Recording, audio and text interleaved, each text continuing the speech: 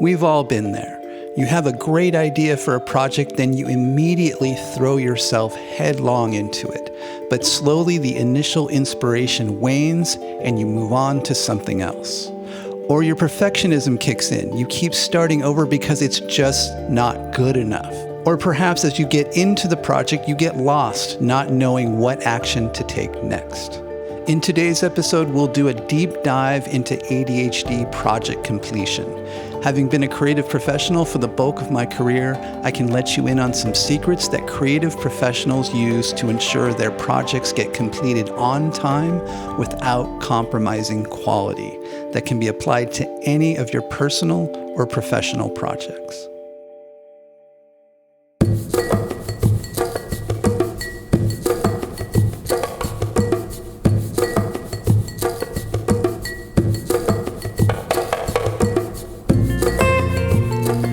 Welcome, everyone. Thanks for tuning in. I'm your host, Michael Joseph Ferguson. I hope you're all doing well. In today's episode, we will be talking about creative project completion, how to complete a creative project when you have ADHD challenges. This episode comes with a PDF slide deck. You can download that for free by going to drummerinthegreatmountain.com/episode 124. I'll leave the link in the description. So I want to thank you all for joining us in our last live online gathering. We will be doing another one. We'll be doing that in April, and we will have some interesting announcements to report at that point. And just one quick announcement, we will be holding our Masterclass on ADHD time and task management on March 31st and April 7th. This is an online workshop that is a compilation of best practices of my coaching experience since 2007. That's almost 20 years. That is crazy. So this workshop is focused on helping you create systems that support greater accomplishment, consistency, and follow through. And we'll cover both paper-based and digital-based time management and a hybrid approach to the two. And I think what's most helpful in this workshop is the first session is all about the strategies, setting things up, getting things prepped.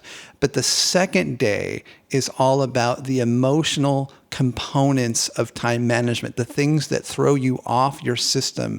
That second session really is the key piece of the puzzle, because we can have the best ideas. We've put together the time management system. We've bought the planner. We downloaded the app and we stay with it for a little bit and we can't keep with it. So we're going to be going through what are those hurdles to keep you from keeping with your time management system and dialing those in. So this is an interactive online workshop, and I would love to have you join us. If you're interested, go to drummerinthegreatmountain.com/workshop. And we've also included, starting at the beginning of the year, sliding scale pricing for those of you who can't afford the full price of the workshop. So if you're interested, go to drummerinthegreatmountain.com/workshop. Okay, so how do we complete creative projects when we have ADHD wiring? What do we do? How do we do it? Let's zoom out for a second.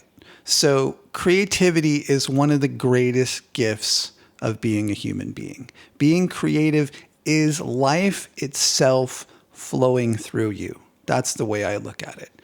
And taking a creative project into form isn't always easy. Expecting it to be easy does the entire process a disservice. I think we live in a world where we try to make everything easy. AI is going to fix everything. It's going to make everything easy. We want to find the shortcut that's just going to make it really easy for us to complete this thing that we're wanting to do. And I'm telling you, as someone who's worked in the creative fields for a long time, I don't think that's a winning strategy. It can be helpful to accept that for us, a certain amount of struggle will be part of the process. We need to accept that struggle is going to be part of it.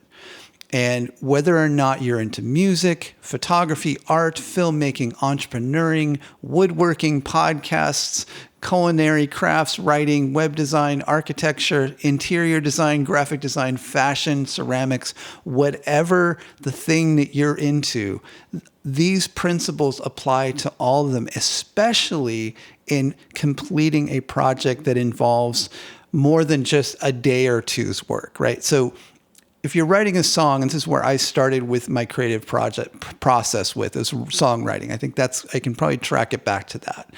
That's something that I at least personally got down to a process that could take a day or two. It wasn't a long process from start to completion. And I want to encourage you to start there. We're going to talk about that in a second. But building the habit of completion is so important when you're developing your creative skill set. And especially if you're really struggling right now with a big creative project, ask yourself, did you have some smaller completions under your belt first? Because they teach you so much about the creative process, and you build that muscle of completion. So common challenges that arise during a creative project, I think many of you can chime in and add yours to it, but these are the ones that I've identified that seem to be universal. So too many ideas, which one to pick? I've got all these different ideas for projects. Which one do I even choose to start with? Getting lost, confused, and overwhelmed. Maintaining consistency as you're completing the project. The initial inspiration wanes. Then what do? There's like the energy for completing it isn't there. Getting distracted by other projects and ideas. How many of you have done that? Like you start the project, you're like, oh, this is the best project in the world. You're telling people about it. And then like 2 weeks later or a month later, you're like, I don't really want to do, there's this other, wait, that project. I think I really should be working on that project.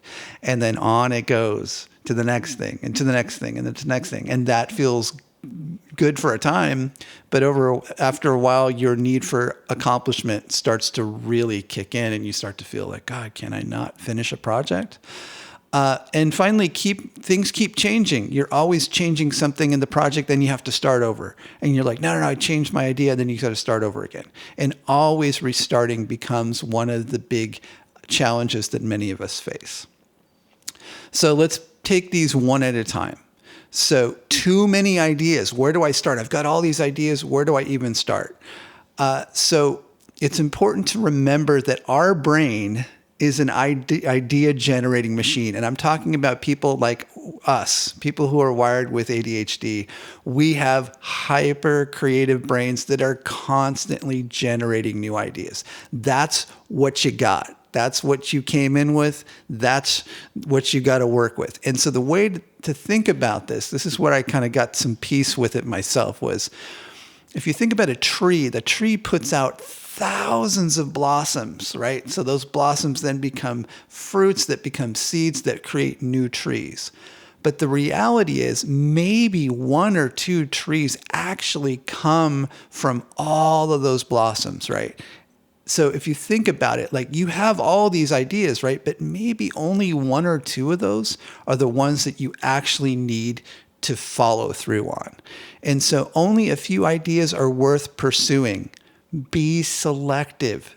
It's not a race to figure out how many projects you can complete. It's about completing the ones that feel most connected to you, that are going to move you forward in some meaningful way, either with your craft or something that you're going to create that's going to really inspire someone else.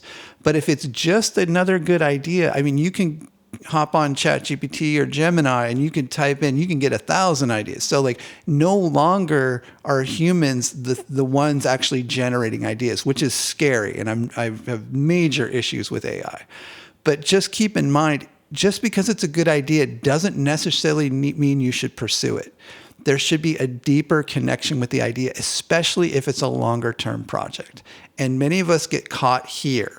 We think of it's a great idea and we just start working on it instead of taking deliberation time to ask yourself some deeper questions about that project. So once you've fleshed out, okay, this is the idea I'm going to follow through on, or maybe you've got a project that's already going, highly recommended. For me personally, it was a game changer. Create a mind map. Start with the mind map. Put the name of the project in the center, and I want to give you some suggestions on the main branches of the map that you may want to put in every project.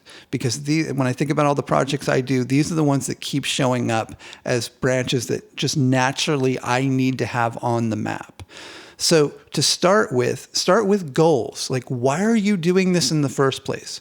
If you feel like that's a waste of time, you shouldn't be working on the project. You should be able to sit down for 5 minutes and and discuss with yourself, here's why I'm doing this project in the first place. What do you want to achieve by this project? Where is it going? What is it at the end of it? What do you want to feel like? What is the product? What is it specifically that you've created?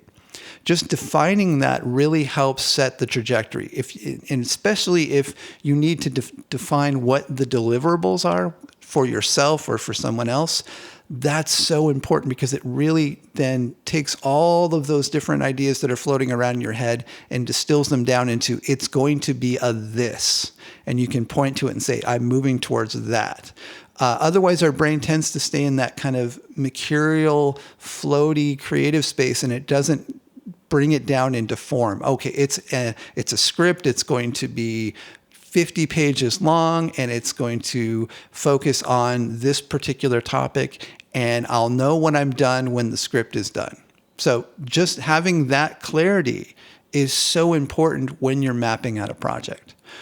And then another branch. So goals is one branch of the mind map. Another main branch could be milestones. What are the milestones you need to hit along the way? And you don't have to map them all out in the beginning, but try to get at least the first 2 or 3 where you know, if I get to this place, I've completed a certain chunk of the project.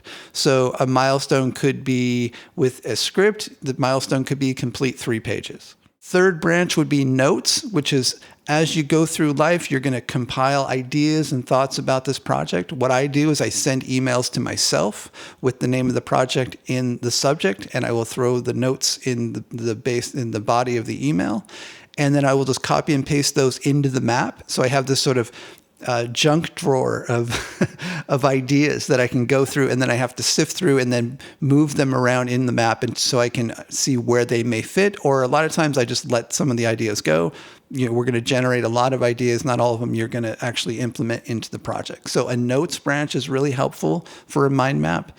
Project flow may be another branch where you start to map out, okay, the project starts here, and then it's going to be here, and then it's going to be here. And those might be your milestones as well. You might just, project flow and milestones may be interconnected, but some way for you to see, like, here's the map, here's the direction.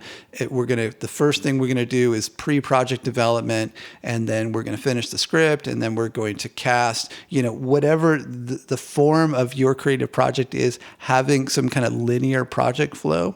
The 2 more that I would suggest are your team. Have a branch called team. And even if you're working on this by yourself, I want to encourage you to always have a team just for encouragement and support. Maybe you're working with other people, and so it's going to be really important for you to have that as a branch so you can put their names down or put the roles down that you can start then filling in. And then finally, schedule, which is actually the specific next steps. You might change that to action items. It's the branch where you really get down to the specifics. It's like, this needs to happen by this time, this needs to happen by this time, or you just have the next chunk of your project and you're going to say, these are the actions I need to do. So often in that branch for me, I will just put the date and I will write out, okay, these are the things I need to get done by that particular date. So the branches could be goals, milestones, notes, project flow, support team or just team, and schedule or action items. Both of those are interchangeable. Now, moving on to source material. So I am a huge proponent of having source material going into any type of creative project. So I've written books, I've created albums of music. I have produced other people's albums. I have worked on web design projects. I've worked on entrepreneurial projects. Within all of those, there's a thread of finding something that has already been taken into form that you are inspired by. So for example, when I wrote the book, The Drummer in the Great Mountain, I'd already been a creative professional for a long time. So I knew this going into it. So I looked around and I said, well, what is the form, what is the source material that I can pull from that will inspire me to get to the place I want to get to with this book? And the book I chose was Julia Cameron's The Artist's Way. That is a It's a book that's been around for a long time. It has a long shelf life. It has inspired a whole community around it. And so much of actually what happened with The Drummer and the Great Mountain, I can credit to having a really good source material to, there's nothing, like if you read my book and you read The Artist's Way, they're nothing like each other. They're completely different. But it is a book that I saw, it's something that has been taken all the way to completion, and someone who has already done what you want to do. And so just by having that physically around you, or if it's digital, you can take a look at it. It's like a movie or something. You can pull from it that sense of completion. There's something about the power of that. It's almost energetic. It's like this thing is done and it's in a form. Someone took it all the way to completion. So I want to encourage you to pick your source material for the project that you're working on early on. Don't just start from zero. And some people think, well, if I just start with some source material, then I'm not going to be tuning into my natural creative expression. I'm going to be copying. But that's not what happens. Most of the time, what you're going to do is you're going to take it in your own direction, but it's going to give you insights into completion. And that's what you need. There's going to be things that you're going to hear, or you're going to study, that you're going to go, oh, they had already figured that piece out. I don't have to reinvent the wheel. The other side of this is you can go to 1,000 classes on creativity and just keep learning about the process and never start. And that is not recommended either. So choose good source material, pick 1 or 2 things, don't pick 20. That's a strong suggestion. Otherwise, and I've been there before, we have too many ideas and too many pieces of source material, and then it just becomes a jumbled mess. Okay, moving on. Getting lost, confused, and overwhelmed. How do you stay on track? So in terms of staying on track, have your map. Start out with your mind map. That's going to help. Recreate it multiple times if necessary. Ensure you haven't made the project too big. That is so essential. When you start, ask yourself, can I make this smaller? Can you compress it down into something that's more manageable, especially if you've not tackled larger projects? Start with smaller ones first. And set doable milestones. Know what the next milestone is, at least in the project, and make sure you can hit it so that early on you can build some momentum. And always have at least one support person. Don't do it alone. If you're starting on a creative project and you are not very good at completing them, get at least one person that's your support person that you can check in with. They can ask you how you're doing. They don't have to know every single thing about the project, but they can keep asking you, are you on track? Maybe schedule a meeting with them once a month so you can just tell them, here's what's going on with it. When you try to do it all by yourself, it is a lot of work, and it's not necessary. Share the process with another person at least. And on low days, when you're having a day when you sit down and you want to work on your project and you just don't have much energy, pick the easiest item on the list. This is from personal experience. I know that it's going to feel better to get something done than to have a session where you do nothing. So try to get at least one little thing done that day on those days when you're not feeling inspired, you're feeling pretty flat. If you already have the map, you'll probably already be able to figure out, okay, well, I can do this one little thing on it today. And then I can at least feel like you've kept some continuity so that when you come back, when you're really inspired again, you're not going to feel like, oh, I'm starting from scratch again. You already got something done. You can build upon that. So how do we stay consistent? So the first point is aim for relative consistency. You will slip up. It's inevitable. Get good at getting back up again. I can't stress that piece enough. Your resiliency is how you complete a project. So get back up again. Aim for relative consistency. If you have a good flow going and then you fall off for a little bit, okay, no problem. You get back up again. You don't start from scratch. You don't just beat yourself up and then move on to another project. You come back and you try to get that momentum going again. Lean on your accountability person. When you're having a challenge staying consistent, if you have some regular meetings set up with someone who's maybe neurotypical, who's really good at just being on time and showing up, that's to your advantage. You can just tell them, here's what's going on, or you may be able to discuss with them a challenge that you're trying to figure out on the project that's keeping you from moving forward. And often if you just tell them, listen, I need to just talk. I don't need any advice. I need to just talk this through. Can you just listen to me for 5 minutes? Often we can talk ourselves through what we need to do to get going and figure out what the challenge was and get back on track again. In terms of staying consistent, do not schedule your creative projects after a long day's work. Don't do it. I talk to so many coaching clients that do this, and then they feel miserable that nothing is moving forward. Schedule those projects when you can give them your full attention. That may mean it's on the weekend, or you're scheduling days off where you can work on them.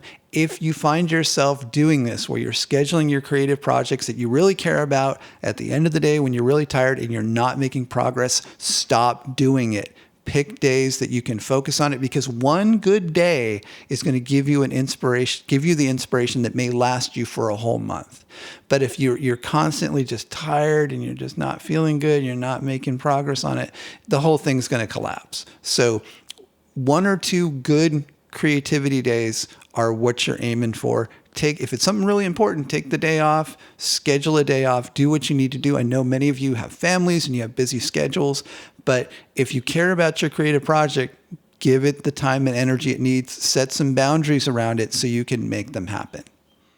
Okay, so how do we stay inspired? What to do when the inspiration wanes? Okay, so first is you lean on your source material. That's what it's there for. If you picked 1 or 2 things that are your source material, keep coming back to that and just reviewing that. If it was inspiring to you when you first looked at it or listened to it or experienced it, that's going to help you at this time when you're feeling flat. So come back to your source material, see what that can give you. You may need to find some new sources of inspiration. That's fine. Go out, go to gallery. If you're an artist, go to a gallery. If you're a filmmaker, go to the movies. Do what you need to do to get the spark back. Because after a while, we do need that spark to keep us going. Otherwise, it does become monotonous. It does become overwhelming. So come back to what inspiration do you need? What do you need to bring into your field to keep you going on that particular project? And then pick one aspect of what you've done that feels right and expand upon it. And this is something that I've really keep coming back to in my creative life, is that you may have worked on something and you've created one piece of it that's really good. And then a lot of the other stuff is kind of like, it's okay, it's not great. So then come back to that core thing and see if you can just build around that, because that's sort of the creative hub that you can work from. That's the seed, that's the kernel that's going to maybe suggest other things in terms of the project.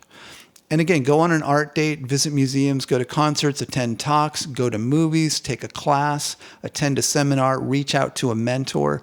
Do what you need to do to get the inspiration back. Most of it, what I can tell you though, is showing up. You can summon inspiration. It is something that can be called in.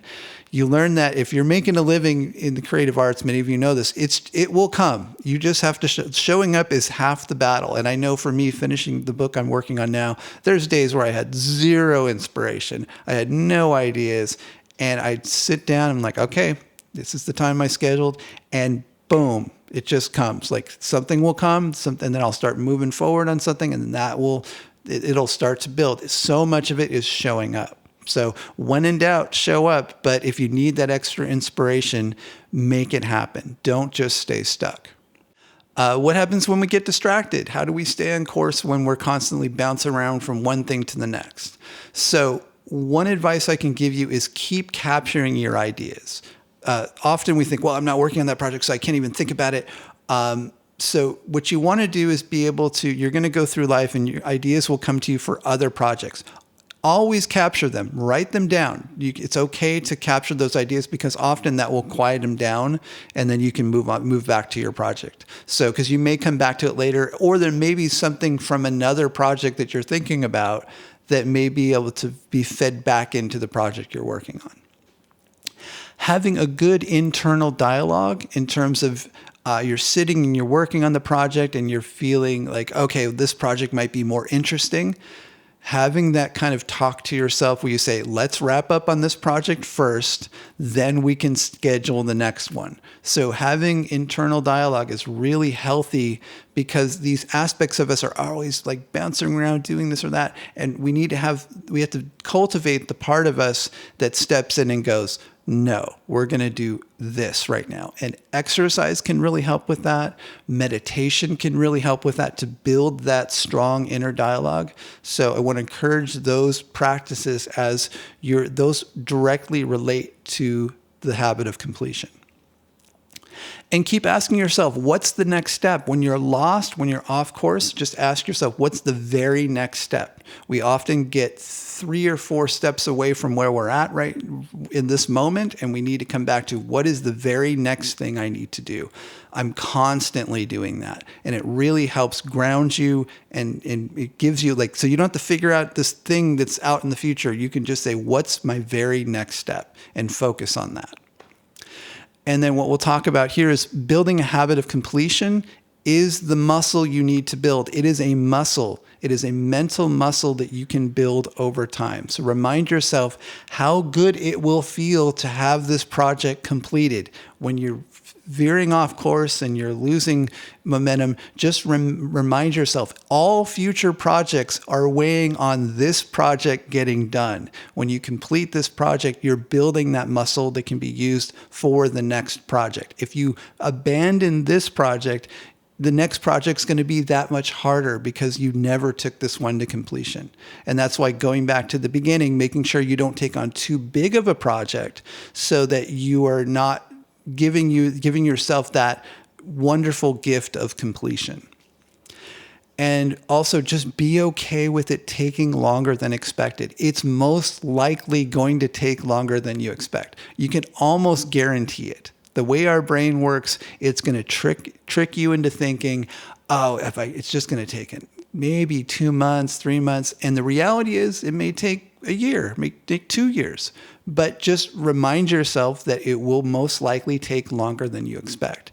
And from that place, then you can come back and go, okay, I knew it was probably going to take longer than expected. I really am losing momentum, but I'm going to get back and I'm going to set the next milestone and I'm going to try to hit it.